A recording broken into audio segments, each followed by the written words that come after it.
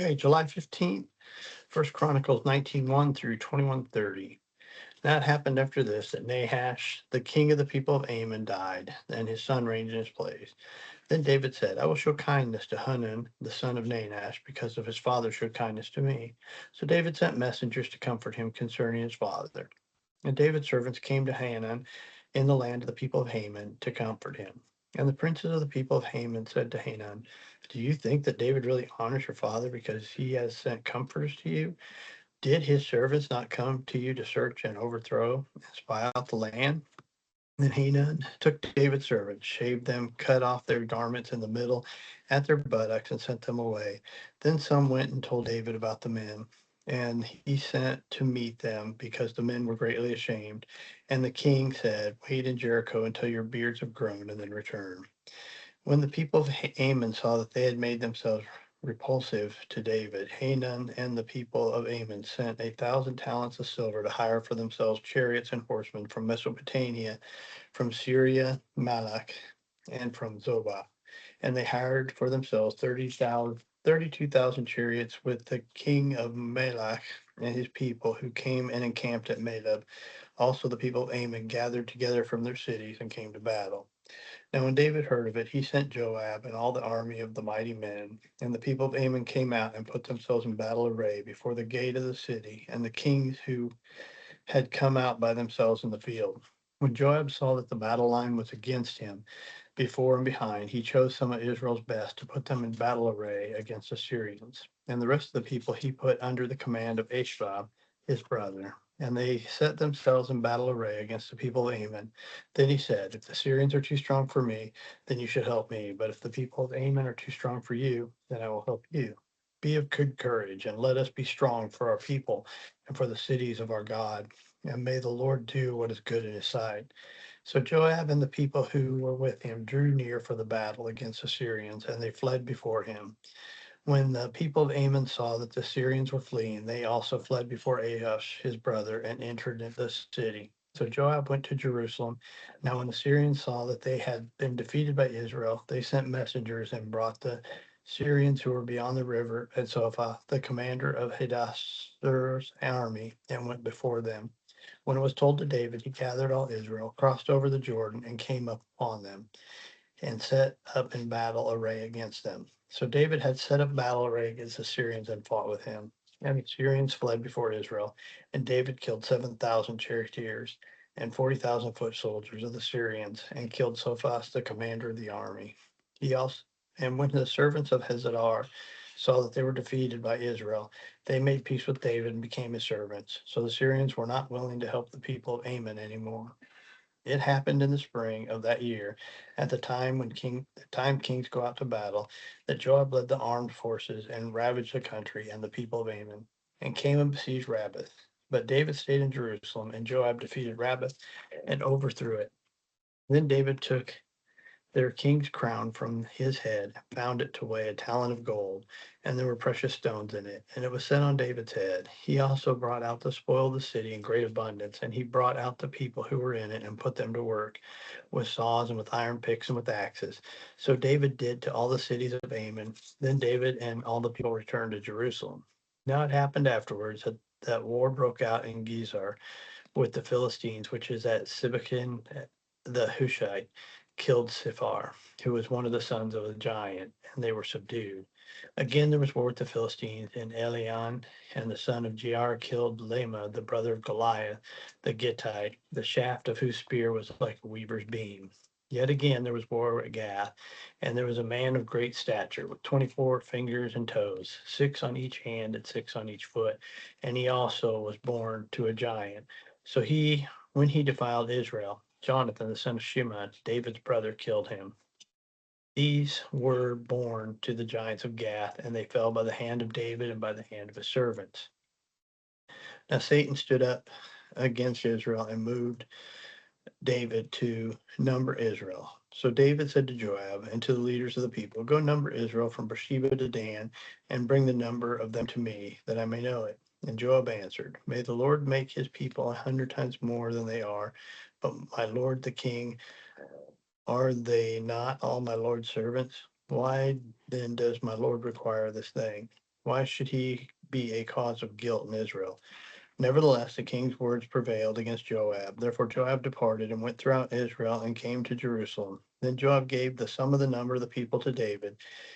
All Israel had 1,100,000 who drew the sword, and Judah had 470,000 men who drew the sword. But he did not count Levi and Benjamin among them, for the king's words were abominable to Joab. And God was displeased with the thing. Therefore he struck Israel. So David said to God, I have sinned greatly because I have done this thing. But now I pray you take away the iniquity from your servant, for I have done very foolishly. Then the Lord spoke to Gad, David's seer, saying, Go tell David, saying, Thus says the Lord, I offer you three things. Choose one of them for yourself, that I may do it for you, to you.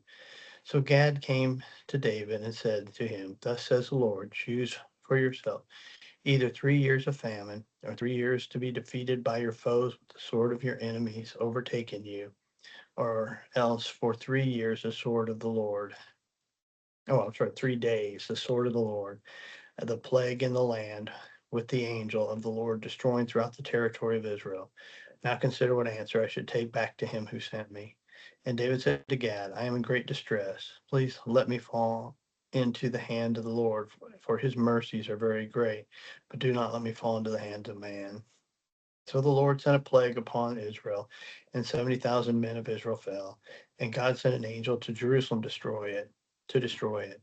And as he was destroying, the Lord looked and relented of the disaster and said to the angel who was destroying it, It is enough. Now restrain your hand. And the angel of the Lord stood by the threshing floor of Ornan the Jebusite.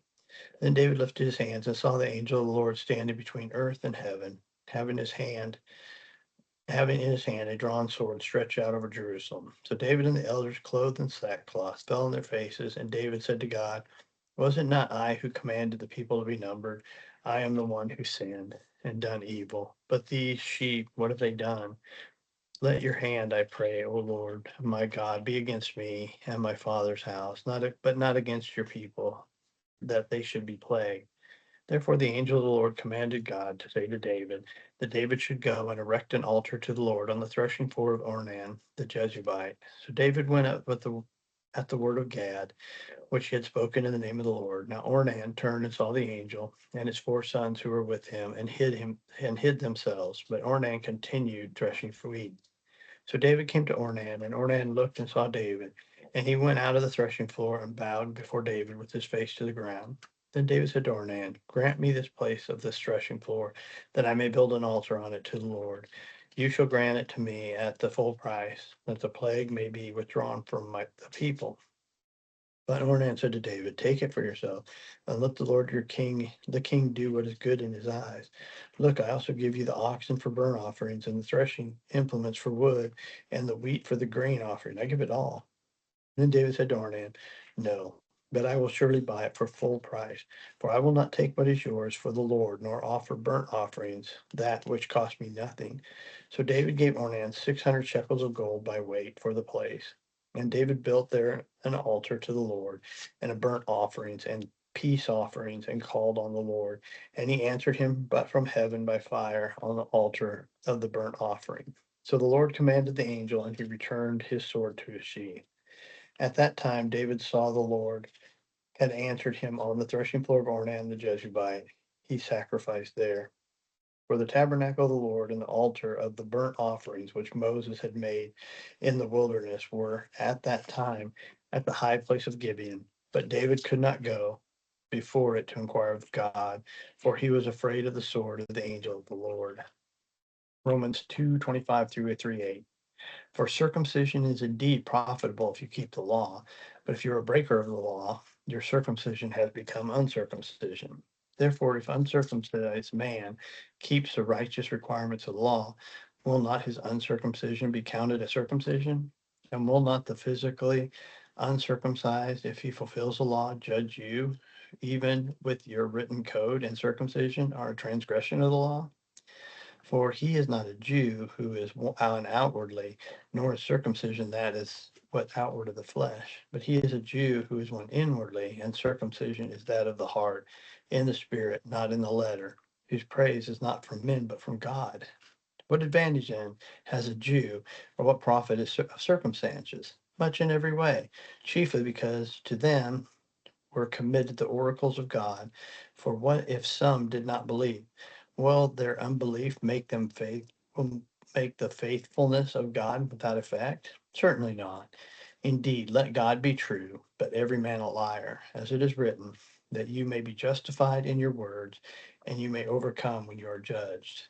But if our unrighteousness demonstrates the righteousness of God, what shall we say? Is God unjust who inflicts wrath? I speak as a man. Certainly not. For then how will God judge the world? For if the truth of God has increased through my lie to his glory, why am I also still judged as a sinner? And why not say, let us do evil that good may come? As we are slanderously reported, and some have affirmed that we say, their condemnation is just. Psalms 11, 1 through 7. The chief musician, a psalm of David. In the Lord I put my trust. How can I say to my soul, flee as a bird to your mountain? For look, the wicked bend their bow. They make ready their arrow on the string, that they may shoot secretly at the upright in heart.